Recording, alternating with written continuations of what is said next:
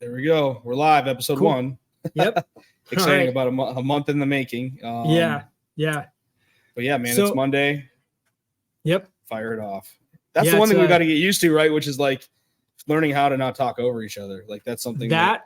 And where do I look? Like I'm looking at you talking. Yeah, I'm looking at you. I'm looking down here, but obviously 100%. Cameras up here. So it's kind of weird. Yeah. So it's until we decide to actually do something with the recording, it probably doesn't matter too much, but not really. And I imagine too, we're probably going to just cut some out if we do use the video for anything. I certainly nobody's going to want to watch an hour of video or sweaty faces in the shop. So it's July 31st, 2023, first episode. This is a Sharpened Perspectives podcast. Jim and I have been talking for like a month about starting a podcast, primarily with the perspective of being machinists first and foremost, I think, before anything else.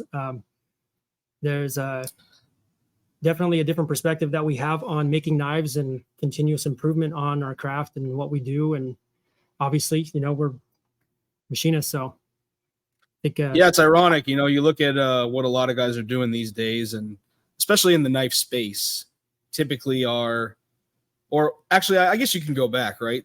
When I first started making knives at the beginning of 2017, it was guys that were making knives transitioning into picking up machines so that they could be a little bit more efficient. These days, it seems like there's a few more guys with machinist backgrounds, kind of like me, that are deciding that, they don't want to make money for somebody else. They want to do it for themselves. So how can I start to integrate this process? And I think that there's a slew of podcasts that are available to like knife collectors, knife makers, knife historians, industry people. But I don't think that there's a lot of like guys that are trying to do it themselves that are just willing to kind of talk about it formally anyways on a schedule. And so when like you and I would have a phone conversation, and it's like thinking to myself, I don't have these conversations with anybody else. I really wish that like I could get some of these resources like somewhere else that I can enjoy regularly. So when you brought up the idea of a podcast, it was like, I think that's actually going to go over pretty well. I think that what we have to say is like pretty interesting and can probably help some people, whether it's just kind of going over our struggles or ideas that we have or whatever, man. I'm just looking forward to kind of getting that stuff out there and seeing what people think of it. Yeah, for sure. And I mean, for me, it was like, having the machine, doing this thing full time again for almost a year now. After spending close to 20 years working for other people and off and on doing my own thing, which is kind of where you and I first met. It was 2016, 17? I think it was earlier than that, man. Because I remember when I first got on it. Yeah. Okay. But I think about it. So I started making knives at the beginning of 2016. But you and I talked for a couple of years before that. Because I remember when I first started Instagram in 2013, and I was still riding bikes. And I remember being aware of you through like BMX board. And like when I saw you were on Instagram and like you were posting a lot of like manual machining stuff of like, components that you were making, I was like, oh, I know this guy. And I kind of like followed along for a little while, and then would interact with you like on my old Instagram account, Jim BCPA, which was all just like mold making and machinist stuff at that time. Mm-hmm. And then like I remember like when I started to transition to knives, then like I knew you had been making some, but I didn't know anything else about the industry. And I kind of started like picking your brain a little bit and like not realizing that like you were not really in like the custom knife making side of it. You were in like the machining knives side of it. So we're talking about grinders and stuff. And like looking back, I'm like, he didn't really know anything about what I was asking him, but you still helped me. You know what I mean? You're like, oh, I know this idea of this grinder that you can make. And I made one, and like, it was just interesting to see the progression, like, it has been a while, man, almost 10 years. It for sure. Yeah. And I remember like you would hit me up and then I was busy, and it's kind of the whole roles have really flipped completely 100% or 180 now. It seems like. I always didn't want to bother you. You know what I mean? Yeah, that's what I remember. I'm like, I remember you even mentioning that, like, oh, dude, sorry, man. I always hit you up all the time and bug you. I'm like, dude, it's all good. No sweat. Yeah, you're always chill about it, but it is funny now. You're kind of turning circles and like hitting me up, and I'm like, happy to be able to share, man. Like, I guess, I forget sometimes that like I have been doing this for a while. It's weird, right? Like I'm 7.5 years I've been making knives. It doesn't feel like that, and like, right. I don't know, man. Time flies. It's like anything else though, it's blink of an eye and you're into the next stage. But yeah, so we're here now. I think like a cool segue, or not a segue, but started the conversation is Ken and I are both doing a knife show in Indianapolis in 6 weeks, the Maker Syndicate. It's a show put on by another machinist knife maker, Daniel Osborne. So Dan was a career machinist for a while, sort of what we were talking about earlier in the episode, was a career machinist, started making knives. I actually remember when he came up to me at Blade Show 2019 with his like first Roosevelt, one of his first iterations of the Roosevelt, and in the pit and said, "Hey, check this out." And I was like, "Oh, cool, man. A machine knife like works pretty well." And I think I remember even hitting you up afterwards, like, "Hey, he brought this knife in. It was like pretty cool, like different, you know what I mean? But not what I was doing at the time. Flat scales, like machine ground, like just wasn't really what I was into, but like function and stuff like that. It's cool to see where he's come in the last few years with his shop. I mean, I don't know. You saw he just bought a 5-axis brother. He just, you know, has 2 Speedio, whatever, SX1000s or whatever they are. And like has like I actually stopped there in not to dominate the conversation, but I stopped there when I was in Indiana a month and a half ago learning to forge stainless Damascus. We ran over to Dan's shop. My buddy Logan and I ran over there, and we're able to check out his outfit and stuff. And it's like, man, it's something to aspire to. That's for sure. Oh yeah, he's killing it. Yeah, he's definitely like his process is solid, man. Yeah, it's cool. I didn't know he was a machinist beforehand either. I have no idea like what his background was or what. But yeah, he was he was a second shift machinist. Like I think he was like push buttoning machines and doing manual work. I'm totally kind of blanking, but it wasn't like, I don't think he was working in a job shop environment. It might've been like a production machining environment. And he was actually like, the place was cool enough to let him know it must've been a job shop style, because this place would actually let him like make his knives on the machines after hours, you know, cool. As where like store, you know, spoiler alert, I started my business on the back of my old job, you know, and I would make parts there without them knowing about it. You know what I mean? Like as where I did my you know how no, it is, I was saying that's how I did my 1911s.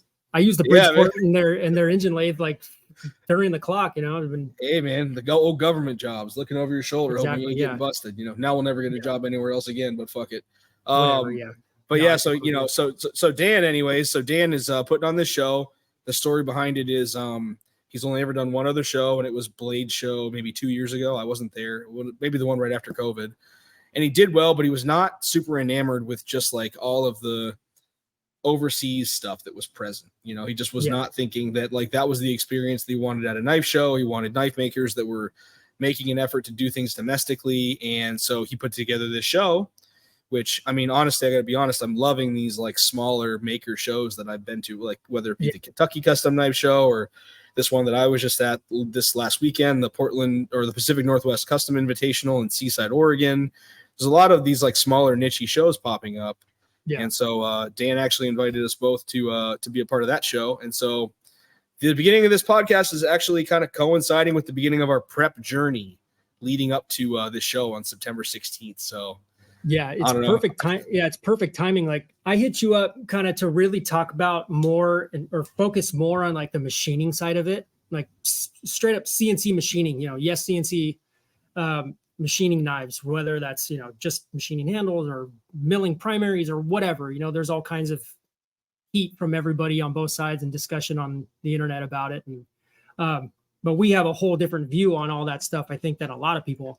And, where they're all just tools, you know, CNC mill is just a tool. It's no different really for me than a belt grinder or whatever, you know? So this show specifically is cool because most of the guys are all doing it kind of similar to how we are, whether it's on a smaller or bigger scale, but it's really just like all machinists, it seems like, doing the show. So it's really cool. There's a couple other guys that's are kind of on the bill that like aren't necessarily fitting that, but like they're semi-local. Matt Christensen is not far away, and he's obviously been a buddy of mine since the beginning. I'm super stoked he's going to be coming. The boys over at Keenison, who are the kind of the antithesis of that, they are still, you know, hand making everything.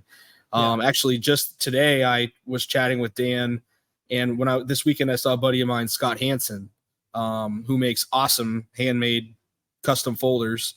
And I saw him and I said, "Hey man, like, getting ready for the show," and I knew he was from Indiana. I'm like, "Getting ready for the show in your home state?" And he's like, "Yeah, would love to get on that." And I said, "Well, I mean, you're awesome. It's an hour and a half from you. I'll hit up Dan and see if they got any space left for you." So another spoiler alert, Dan said they'll make room for another Indiana guy. So Scott's going to be jumping on the bill. But yeah, I think for the most part, everybody else, Craig Brown of Brown Knives, Holt Knife Works, Alex Steingraber at SPK. I don't even have the list of it, heads I in know front of me. I got the website up right here, but yeah, Skip's you're gonna be smarter. there. Brown, Tactile. Yeah, it should be cool. Yeah, a lot of guys that I feel like, nice guy, some trinkety guys. I think I think it's cool because I think a lot of these guys, I don't think a lot of them have done shows before, or if they have, maybe just one. So it's a cool kind of a place for them to come out where, the people that are going to be there for the kind of knives that are going to be sold are going to be interested in the kind of knives that they're making, and like there's like a dichotomy there of like, like other, like these custom shows, like the Portland show, right? Like there's kind of a tier or like a benchmark of like what all these makers are bringing to that show. And if you kind of don't fall within those parameters, the people that paid the money for the ticket and the airline, like may not be there to pick up your work, as where if a guy like that showed up at, Blade Show where you have an enormous quantity of people coming through the door of all walks of life and levels of collecting and interest, whether they're brand new or they're savants, somebody's going to stumble across your table that's probably interested in your work. So when you put yourself in that, I don't even know what the word would be, but when you're narrowing the customer base that's coming to that show for probably what you're making already, whether they know you or not, it makes it a little easier to kind of purvey your wares. I know you're in a similar situation, right? Like you've never done a knife show, you've been to a couple, but a while ago. And like, this is kind of your coming out party of like, not your rebranding, but like hopefully the fruition of a project that's been in the pipeline for a long time. Way too long. So dude, a long time, man. Like that's what's cool is like, you've been through other iterations yourself too, which is like, I made some, you were talking about doing some in China. You and I are both not big fans of China in that regard, and made the decision, like after launching a Kickstarter that almost got filled. I think that was probably a blessing that it didn't, because I'm very happy it didn't. So that was one thing, like, we both talked about doing that. That was with Best Tech. I launched that Kickstarter, was like, hey, I'm doing this Kickstarter not to start a production, Chinese production knife brand where I'm not doing anything other than just designing stuff. Sent it to them. They wanted a real high MOQ on it, and it got like 80-ish% to the goal. I set the goal literally at what their MOQ was. I wasn't making any profit on any of the knives that were really going to be sold through the Kickstarter. It was only cover the MOQ, get the knives, and then anything extra was going to be kind of where some profit was, and I was going to use that to buy a machine. That was really the whole goal for the whole thing. For people that don't know, MOQ is minimum order quantity. Yeah. So you got all the terms, and then you got to remember there's going to be some dummies in here like me that don't necessarily know all the verbiage. No, but I'll be the one here that directs that away. You know what I mean? I was thinking about, I should probably say MOQ. No, it's better to look smart and let me be the one that looks dumb. But yeah, so no, for sure, man. Yeah, they wanted 300 knives, and it was like $50,000, whatever it was, and it did like, I think, high 30s on the Kickstarter. Didn't fund, which was good because I wanted to do it through Kickstarter, even though I was going to lose money, because I didn't want to have to refund anybody's money. I didn't want to have anybody's money. I didn't want to have any of that responsibility. So didn't reach the goal. I could have just fronted the rest of it, but I'm like, you know what? I don't want to do this. I'd rather just kind of restructure everything and start off how I wanted to do it in the first place and just make them myself entirely in-house. As much as I can for now. Obviously I sent you some for heat treat, surface grind, but pretty much everything else I'm going to do entirely here on the mill. For sure. And honestly, man, I don't think that heat treat is something that 90% of knife makers outsource when they get above a certain functioning amount of knives that they're making. Like there are things that like that, in my opinion, that like don't affect, as long as you're doing the stuff domestically. Like I feel like you can brand it the same way, and like that. Yeah. I think leaning on a friend while you're starting this part of your journey, when like you're talking about, I have $5,000 of the heat treating equipment over here. Like, dude, don't worry about buying that stuff yourself. Like lean on me for a second. Yeah. Worry about that when you sell your first run, or if this gets to be serious, or, there's like two schools of thought there, right? Like you got guys like Yoni, for those that don't know, Compliance Edge Knives, a big motivator for me getting into knife making, a longtime friend of Ken's, San Diego knife maker that's absolutely killing it by himself. For a long time, and maybe even still, but I think he may be outsourcing his heat treat now, but he was heat treating 50 or 60 or more knives a week with his 110 heat treat ovens. You know, Yeah, like dude's wild. he was one of the few. But I think to get to that level, like most people are starting to send stuff to Peters or to Byington Blades or to Hanson Bulk or whoever they're using. So Yeah. happy to help you with with that regard. No, for sure. I think once it gets, hopefully things take off, and if the quantities get high enough, I'll probably just send to Byington there in California. I never mentioned, I'm in Anaheim, California. I'm about a mile north of Disneyland. And I'm in Erie, Pennsylvania, about 1 mile south of the Great Lake of Lake Erie.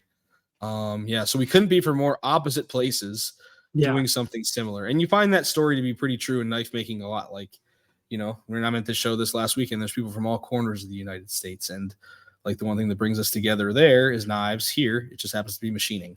And it's weird, the group, the disparity between like the machining side of like social media and the knife making side. Like there really is not a lot of like crossover there, because like I look at all the guys that I respect on the machining side, and like, you have guys like Grimsmo that like obviously are deeply rooted, but obviously, when you have a $5 million shop, you can kind of have something to talk about with these guys that have expensive machines and do like job shop or production style work. I don't think there's a lot of carryover between one Haas in the garage guy and like professional machine shop. I think it's cool that we can maybe start to kind of bridge that though, right? Because we have a foot in both doors, whether it's maybe not here, but having worked for shops like that, we understand like big shop workflow and like, and managing those kind of personalities and requirements. And we can kind of like also talk about hey, I'm a guy that rolled out of bed and came out here and turned my machine on too. It's kind of a fun thing.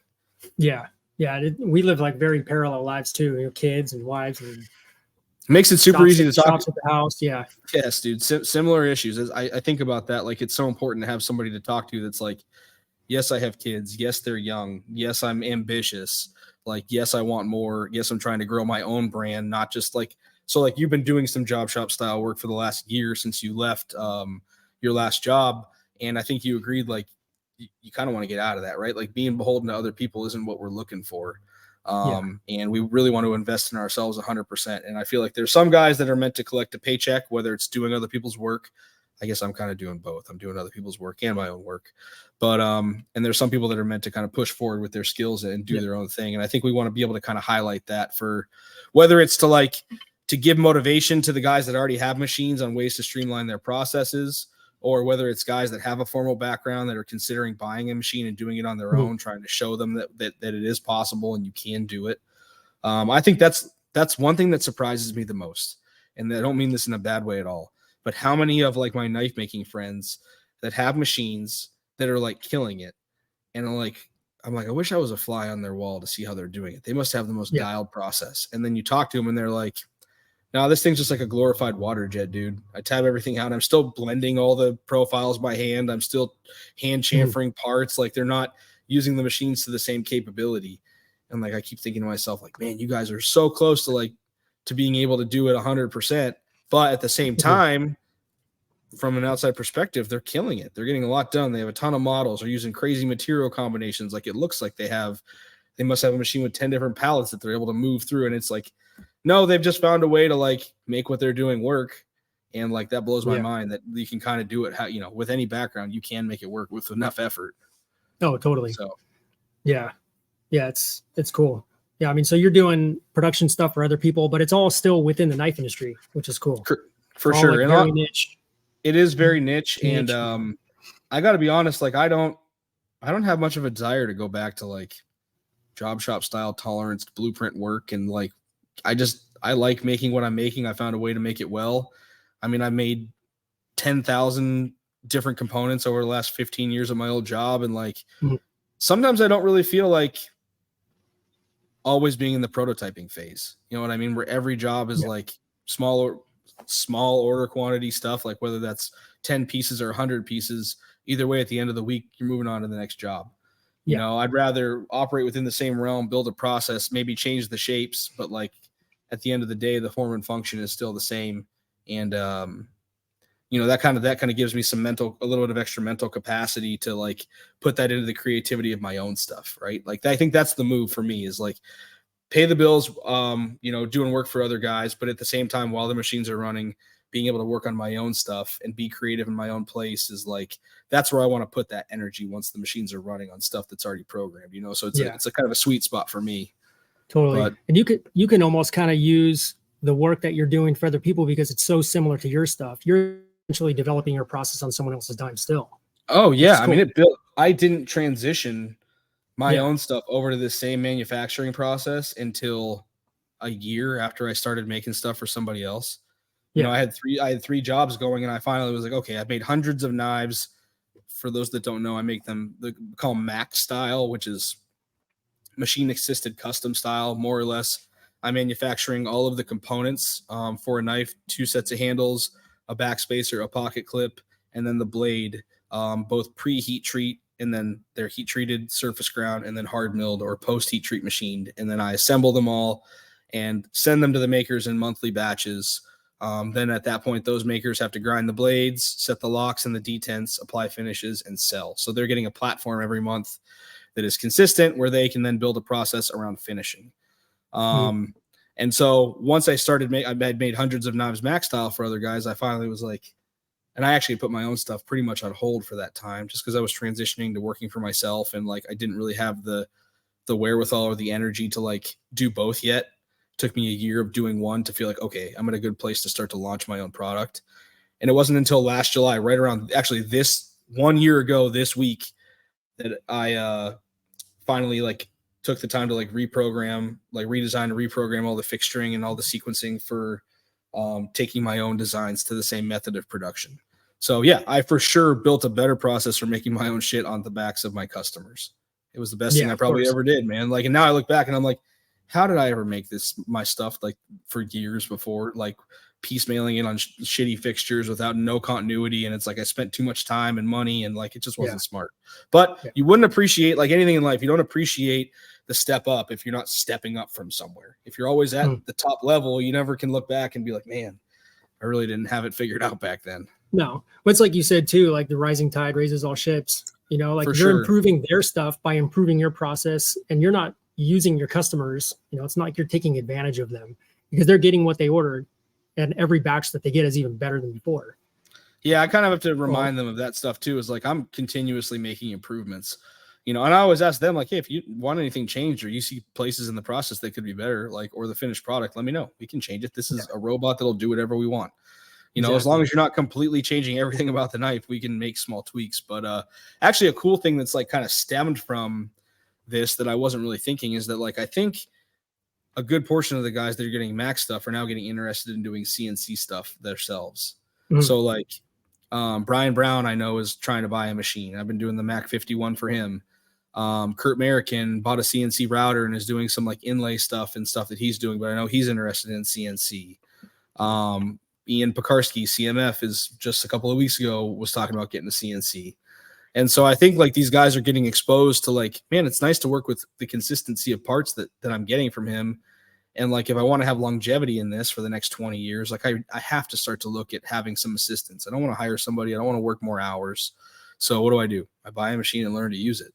So, I mean, I kind of see, you know, a lot of these projects segueing over to the point where I'm like, do you want to buy the fixturing and programming and just do it yourself? Yeah, you know what I mean? Like, and, you know, and like, hey, I'm, you know, happy that we were able to both make some money doing it and get you some exposure, but in turn, that lets me work with new people and help new people continue to rise, you know? And that was a point that I hadn't originally thought of, you know, it was like that we're like, it's like fledgling CNC guys are getting experience. But if I could like, if no guy ever wanted to do another project with me year after year, because usually these projects last a year, I could just continually cycle people in, you know, and it wouldn't really be that big of a deal. And then you get guys like my OG Brian Efros, who have done the Mac Sonic Doom for. You know, he loves making knives by hand. I don't think he has any interest in doing CNC stuff, and he just loves having somebody to do these kind of projects with. So I think you'll have some guys on both sides of the fence, but no, it's perfect. Yeah, man, it's this is going to be an interesting chronology of events over the next 6 weeks as we share this stuff on here, especially for you, because you're not only are you in all reality, and we're going to disclose this to you listeners here. Ken, I don't think has ever finished done a datum start to finish. Have you? No. Like, have you have made one completely?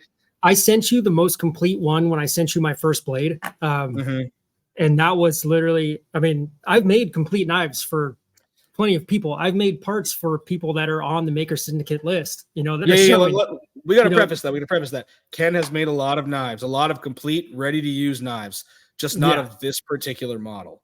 Not so of that's my own. I mean, yeah. Fixed blades. I've done a lot of my own fixed blades, which you helped out too. I mean, I sent them all out to you for sharpening. And but all the machine work and all the fit finish, that was all here. I've done, hundreds, definitely done thousands of blades. For sure, dude. For sure. Whether it's just a straight up blade, start to finish, here's a complete blade, put it in your shit and grind your lock face, set detent, grind your lock face. That's it.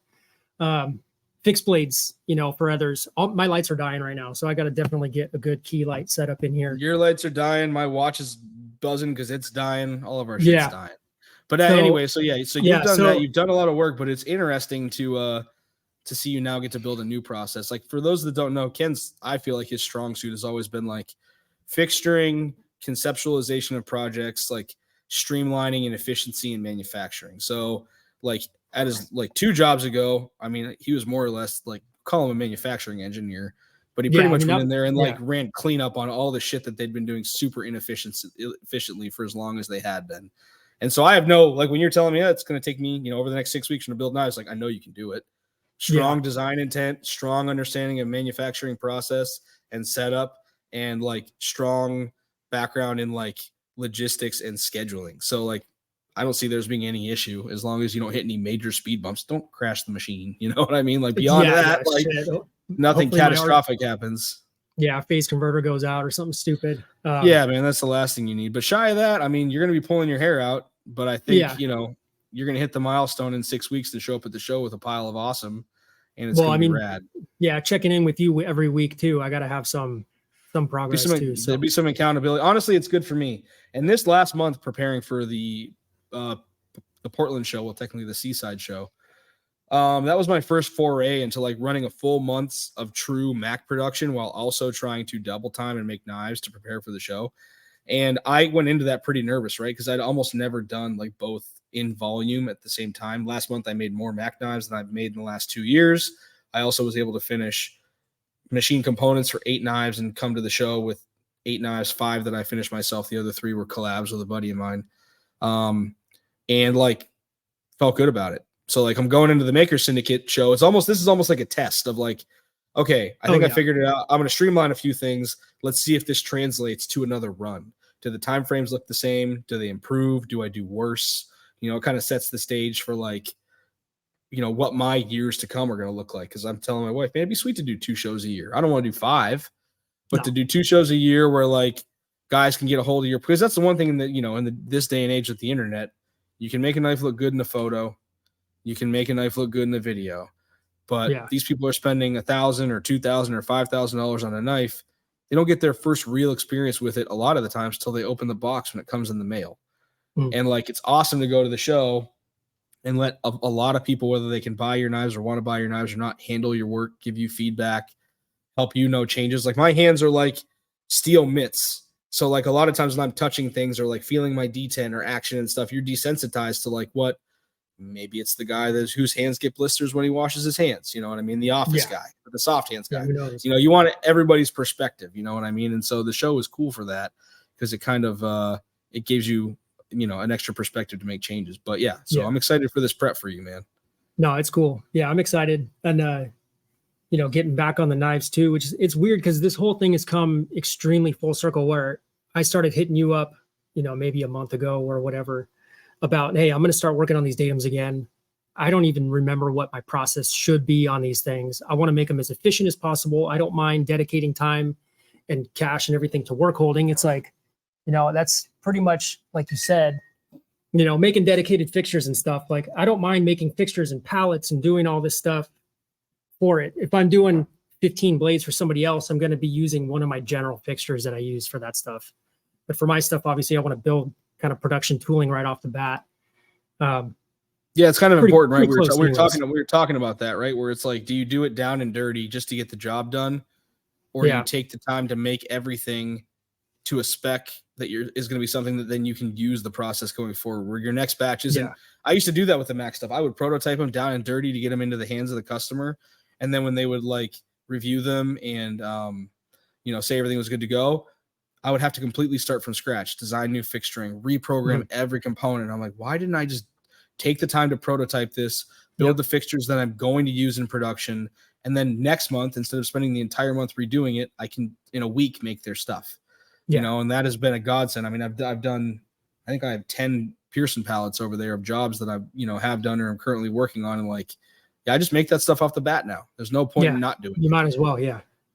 And you're really, I mean, ultimately you're only making like 15 knives. So if you spend 1 month doing everything to make one, the other 14 can be made in the following 2 weeks. You know what I mean? Yeah, not that you'll do it that way. You're not doing it that way, but you absolutely could. You could spend 5 weeks doing the first and make the other ones in the next 5 days, you know, if everything's dialed. So it makes sense, you know, that's the machinist background in us. I think that's like, you know, the idea of do everything how you do anything, you know, job in a job shop style, you know, you're not cutting corners in any of that work. You know what I mean? It's everything's done right. And, you know, applying that to knives is something a lot of guys don't do. Yeah. And typically in production shops too, you're not making like an entire family of parts on one little pallet where you're getting just an assembly out per cycle. You're going to make, you know, 300 blades and you're done with blades for the year. And you do that 100%. In a week, 2 weeks. Really, you know, frames, it's like you can run, like when I was doing production blades for other people, I was cutting like 300 primaries, you know, in an afternoon, a day, you know, max, with how efficient the cycle was. But I was using a 2 minute cycle just running, you know what I mean? Exactly. It's like, you just run the hard part. I think the juxtaposition there is like a lot of times in knives, I think things change. You know what I mean? Like whether it's true, yeah. You know, maybe not things change like significantly, but you run a risk, especially when you're doing your own business where you own your scrap yourself. I don't like owning my own scrap. And so that's why you see guys are like loading up fixtures where they're making 30 parts in a cycle, hit the green button, walk away. And it's like, well, if you have a catastrophic problem there or something shifts, you know, whatever, I mean, you know what happens, you know, and sometimes you don't know what happens, but I don't want to screw up 30 parts. Like I don't need a 1-piece workflow, but I also don't need a 30-piece pallet, you know, when like what we're doing just doesn't kind of demand that kind of efficiency yet. For sure. Yeah. You know, there may be a time when that's the place. I mean, I get guys like Oz. I mean, even Alex Steingraber, because he's doing like pre-order runs where he's making, I don't know, 50 or 80 knives at a time. I can understand the need to be efficient there, but like with a delivery where you're trying to, you know, get people that have paid for stuff. But if you're not doing that, I figure like I'm out here, you know, and like, to be honest, if my cycle times for like 2 pieces are 15, 20 minutes, or in Handle's case could be an hour total for the top side if you're doing a bunch of 3D work, that's more than enough time for me to, you know, be out here working on something else. Machine shuts down, walk over, load more parts. Like I don't have the need for like that big, you know, unattended time anymore like I used to at my job. So I kind of prefer to be involved in that too, because you never know how tools are. And think about that. Finishes matter a lot in this. If a tool breaks down on part 1, then you run that cycle for 5 hours, and then like you have like ratty something cosmetic, and it's like, well, you got to recut it, got to change the tool and make changes. You can't go in there and handwork that stuff. Yeah. You're wasting time anyways. I'd much rather just be invested in each component. And, you know, for me, it's a little bit of a different story because like for the Mac stuff, it's only 5 or 10 knives a month. So for me to build these high density fixtures, it just doesn't make any sense. When I'm doing 6 different projects in small volume, it's easier for me to just do 1-piece stuff. But if you find yourself dedicated to the datum, maybe that's a route that you go. That'll be interesting for me to see, you know, because that's something I'm not doing. I'm able to kind of tell you how I'm doing things. You'll obviously put your spin on how you want to make stuff. I mean, obviously you have your you know, you showed me the design for your palette already that has, you know, your 1-piece workflow for your blades and for all that stuff. And so I'll be very curious to see what level you take that to. I'm sure I'll learn from you like I always do. I'm sure it's going to change too. I mean, it's still CAD. I mean, I got material sitting on the floor right here for the fixtures and all the hardware and everything, but I imagine it's going to probably evolve over time. I think for me, the main thing is I want to have just blades running at one time, whether it's 1 or 10 or 20 or whatever. It's just blades. And then once those are all done, just frames. Once that's all done, just clips. You know, on the datum, there's no backspacer. And then all the hardware, I'm probably just going to run on my engine lathe for modifications that I got to do on them. For sure. Trimming lengths or whatever. But no, I do that now. Like my wife will say to me that, right? She'll say, well, if you know, why don't you just run this guy's knife start to finish, and, you know, and then do this guy's. And it's like batching similar components is always the smart thing. Whether it's because the criticals on them are all the same. So like you dial a tool in for stop pin fit or for pivot fit or whatever. And I'm going to run 60 sets of frames. It doesn't matter if there's 5 of them, 5 different ones. Like the way I design my program everything, literally the sequences are copy and paste. They're just cutting different shapes. It's just exact same order. It's just cutting something different. But I mean, tool numbers are the same, offsets are the same, shit looks the same. And so for me, it makes sense. Like, you know, like you said, I want to make sure I'm running all frames op 1, all frames op 2. And then, like, you know, having 2 machines is a little bit of a cheat, right? Because if I have a gap somewhere, I need to fill some machine time over here, I can grab anything and throw it in there. You know, my fixturing is all, you know, universal, of orange vices and Pearson pallets in both machines with, you know, all the work offsets and everything the same. Tool umbrellas are the same. So I can kind of interchange stuff by design. But yeah, it definitely makes sense to like keep your head in one component at a time. Because it's like stopping and starting, especially like it's not like we have, you know, 60-inch table spaces where you have everything set up at once and you're flip-flopping back and forth. Like, no, you're tearing out for every job that you're doing. And it makes no sense to tear out and set back up, you know? Yeah. If anything, I'd like to do all the machining like 1-2 weeks for the month and be done. And maybe not even turn the machine on for another 2 weeks. You know, who cares? Like, because I'm going to be fitting and finishing and sharpening and doing all that stuff. Obviously, 100%, man. Spindle. Obviously, want to keep it running, but I don't want to keep it running just to keep it running. Like, running for the sake of running, like that's a stressor, right? You're like, if it's not spinning, I'm not making money. And it's like, but if you use it efficiently, it doesn't have to run all the time. And that's kind of the point. Like, that's the kind of the point I think of like working for ourselves is like having that flexibility. Yeah. There are days like last week, 5 days when I was prepping for that show, after I made all my components where I ran 0 production. I just didn't feel like doing it. And I don't want to feel like a slave to the machine in a place where, like, if it's not running, I'm doing something wrong and it's building anxiety. You know what I mean? Yeah. I just want to treat it as a tool in the shop. You know, it's like, I don't touch my grinder every day. I don't touch my Bergmaster or my Bridgeport. It's like, if I don't need it, I don't care if it's on. It's 100% is there when you need it. And like, that's when you're doing job shop style work, like you have that lingering thing when, I have to leave for something for the kids, or like my wife needs me inside and we have to go run an errand, and it's during the workday. It's during the workday. And you're like, shit, if that thing's not running, I'm making $0. And it's like, that's still the case, but you know, it's different though, you know, because it's worked into the process. It's worked into everything where you're expecting that. It's not like it's just down because you don't have material or something, you know. So we'll see how it goes. It's a nice break too, you know what I mean? Where like sometimes I don't feel like staring into the machine and at the screen all day. I want to do something with my hands. You know what I mean? I want to like get dirty and like be frustrated, and like I don't want this to feel like I run a production machine shop. Like I got out of that. So yeah, totally. Anyways, I'm excited for you, man. I think it's going to be cool over the coming weeks to share that stuff. Hudson's running in here. Come here, bud. Come here. My kid's going to swim class today. He's going to say bye right now. Come here. Nice, man. Come here, quick. Bye. Come here. Come say hi to Jim. Hi, Jim. Say hi. Hi, Hudson. You going swimming? Oh, he can't hear me, can he? He can't hear, huh? You're going swimming today, huh? Yep. You got your swim trunk on and your shirt? Cool. Love you, bud. Love you. All right, I'll see you in a little while, okay? I'll say bye. Bye, buddy. Nice, man. Yeah, actually, like I told you, I had to actually physically lock my door because my kids come in and out of the shop so much. I mean, it's a blessing and a curse, right? Like, we're close to our families. We're available to them at all times. On the same token, we're available to them at all times. So, yeah, it's tough. Yeah, car's on in the garage. I got the garage door open just for some light and some airflow, so it might be a little loud for a second, but I can't hear any of it, so you should be pretty good. Cool. Yeah, I think we're recording this in StreamYard too, so I think some of this is going to probably cut most of that background noise out. Hopefully, it doesn't cut out the mic sound as well, intermittent if there's any door shuts or whatever. But like we've talked about multiple times, I think the first couple episodes, whatever. Most important thing is just get it out, get it going, start it.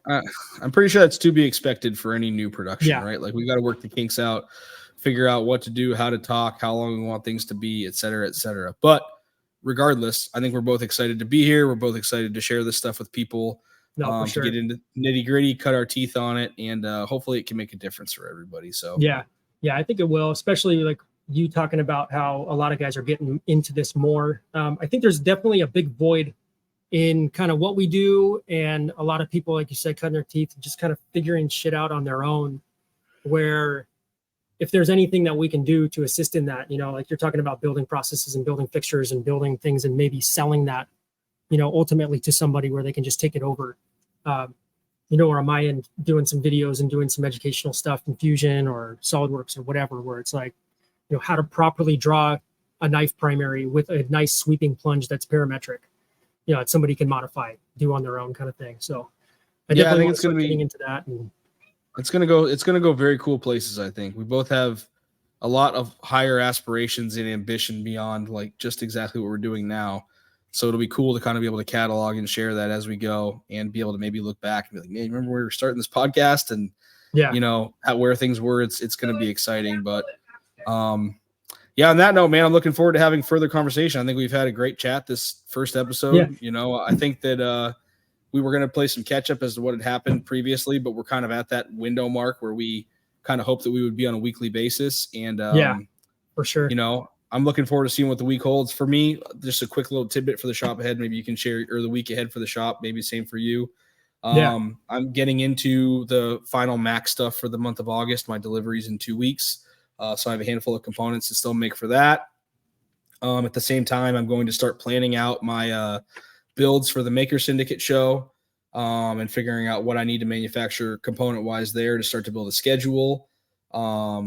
And I actually have to do some planning because I have my buddy Logan, Northwest Blade Works, who was the gentleman that I went to Indiana to learn to forge stainless Damascus with, is going to be coming in sometime between now and the Maker Syndicate to make some knives for that show. So that's kind of like what I have is the logistics weeks, getting the machines running, and kind of being in status quo while kind of planning for the month ahead. I don't know. What do you got going on? Yeah, cool. Sorry, car was running the whole entire time you were talking, so hopefully everybody can hear that. I literally heard nothing, no feedback whatsoever. So I'm going to assume that we're good. But cool. Yeah, sweet. What do you got going on? Separate mic too, so hopefully it just cut out if anything on mine. So yeah, this week I've got on top of knife stuff, I'm gonna try and focus less on doing job shop work. Last week I am hoping that I finished up pretty much my last kind of job shop, high mix, low volume job shop work. Sometimes it's hard to say no when somebody's dangling a check, right in front of you saying, hey, I need these parts in a week and I'll pay you when I pick them up, way more than your shop rate because we need this stuff. So, but I definitely need to focus a lot more on the knives. But aside from knife stuff, I do want to continue doing slide work, firearm slides, optic cuts, serrations, whatever basically anybody wants on firearm stuff. I have almost all of this stuff just already programmed in the machine, dedicated work offsets, turnaround time, fit, finish, I think is very good, personally. But some guys are, months and months and months out where I'll turn around and optic cut like same day or next day or within a few days. You've been doing that for a long time too, haven't you? I mean, I feel like at least 10 years. Yeah, at least 10 years for sure. So the process is very refined. So I do want to continue doing that slide work and knife stuff. That's pretty much all I want to focus on. But so for this week, I've got like a dozen or so slides I got to knock out within the next day or so, 2 days. I do have one job where I'm doing some AR handguards. So I'm basically stock cutting extrusion, doing all the internal work on the ends for a buddy of mine because he doesn't have enough Z travel. So I've got a lot more on my VF2 YT than he does on his S700 Speedio. So basically kind of op 0, op 1, whatever you want to call it for him. But other than that, as soon as those two things are done or, that group of slides and then those extrusions, I'm working on datum stuff. So right now I'm kind of on the fence whether I want to finish up this blade that you had already heat treated in surface ground. Because I'd imagine the other 14 are probably going to be back soon, right? Whenever, they're getting dropped off to me this afternoon, which is Monday, the 31st. Cool. And so I'm planning to ship those out to you tomorrow. So you should have them in a couple of days. Probably makes sense to let that one sit and wait for the others to show up and just do them in a batch. Yeah. I would definitely want to do them in a batch. I still got to build the work holding because I'm going to probably end up just building that kind of final-ish fixture for these things and then doing this one kind of as the prototype or whatever. And if it ends up being good, do a lottery or something on Instagram like we had talked about with a couple other products that I have, like a nice matching set for that. Love that idea. But I also have all of the titanium for the frame, so I need to basically just start saw cutting stuff.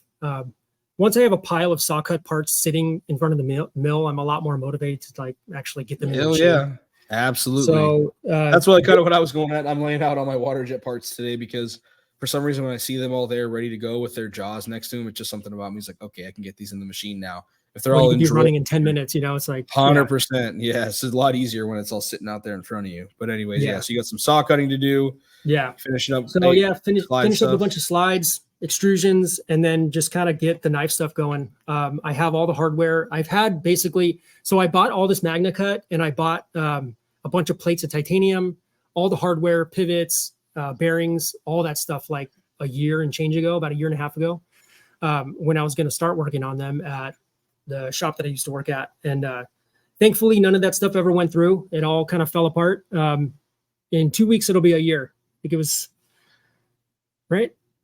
Yeah, middle of August, man. August 14th, I think August 12th was my last day there, somewhere around there, 12 or 14th, whatever. And that was the best thing to ever happen. I'm so wild, man. Yeah. I remember that day when you called me actually and you're like, hey, I just left so-and-so. And I'm like, really?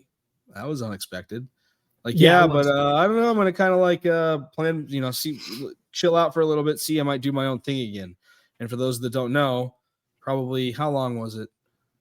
4 years before then was when, because you had been doing your own thing for what, 5 years with like Zodiac around there. Engineering? Yeah, I've been going on like this 4 to 5 year schedule on everything. Where at my first aerospace shop, I was there for about 5 years. 2009 economy, all that shit, happened. They cut like half the shop. I was already interviewing at a mold shop. I was there for about 5 years, bought my Fidal from them, did my thing for about 5 years, and then got back into aerospace, got an offer at a big shop. And I think at some point we'll probably go a little deeper into some of the background stuff. But yeah, I mean, I was doing my thing from, I think I bought my mill like around 2012 or 13, somewhere around there. And I did that until 2017.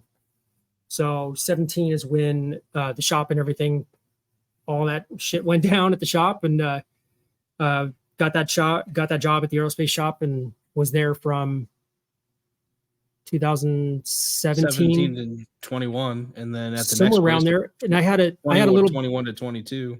Yeah, something like that. And I had some time at Yamazen doing applications engineering on studios and Texawas and stuff. So, and then got an offer at a work holding shop. I was there for 5 or 6 months, whatever. And then about a year ago, left and bought this, and almost a year later, job shop, basically just job shop work this whole time. And it sucks. It's exhausting. Especially aluminum job shop work. It's like a race to the bottom. It's a race to the bottom. Everybody's cutting each other's throats. If you're not first, you're last. Like, it's hard to make a dollar in that. If it's, if it's not tomorrow, it's late, and it's like, man, you're just losing sleep at night, getting back into something like this where people are used to waiting a little bit of time for a quality product and are willing to pay for it and are stoked about it and will tell everybody how awesome it is rather than kicking you in the teeth because there's a scratch on the finish when it comes out of the box. Like, it's a cool place to segue back into. I think you're getting into knives at a cool time. When the industry is thirsty or hungry for people that think outside the box. Like, to me right now, most of the creatives lie on the design side of knife making. Most of those people have no manufacturing experience.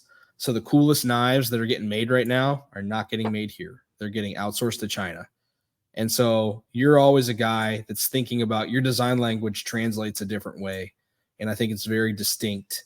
And so I'm very excited to see you take what you're conceptualizing and then using your skill with the machine to like make a super high quality, innovative, domestically made American branded knife. So I think that, you're going to set the trend for, you're going to step the bar up for like all the guys. And like, this is not calling any one person out in general, but there's a lot of like plainly contoured or flat titanium frame lock knives out there that are not innovative, they're not sexy, but they're available, which in today's knife climate, sometimes it's not important how good it is, it's but can I get it? Because everything is so unavailable that like for you to be able to enter the market with all those boxes checked and the production experience to make them with some kind of volume is going to probably instantly catapult you to a place. And maybe I'm wrong, but I'm going to say it. You heard it here first. In a year, Zodiac Engineering is going to be a very popular knife making brand. I think you're going to see a lot of those out there and a lot of people enjoying them. So I'm excited to see your trajectory over the next, the coming months and years. And thanks for doing this with me and letting me talk to you every week about it as we see where this journey takes us.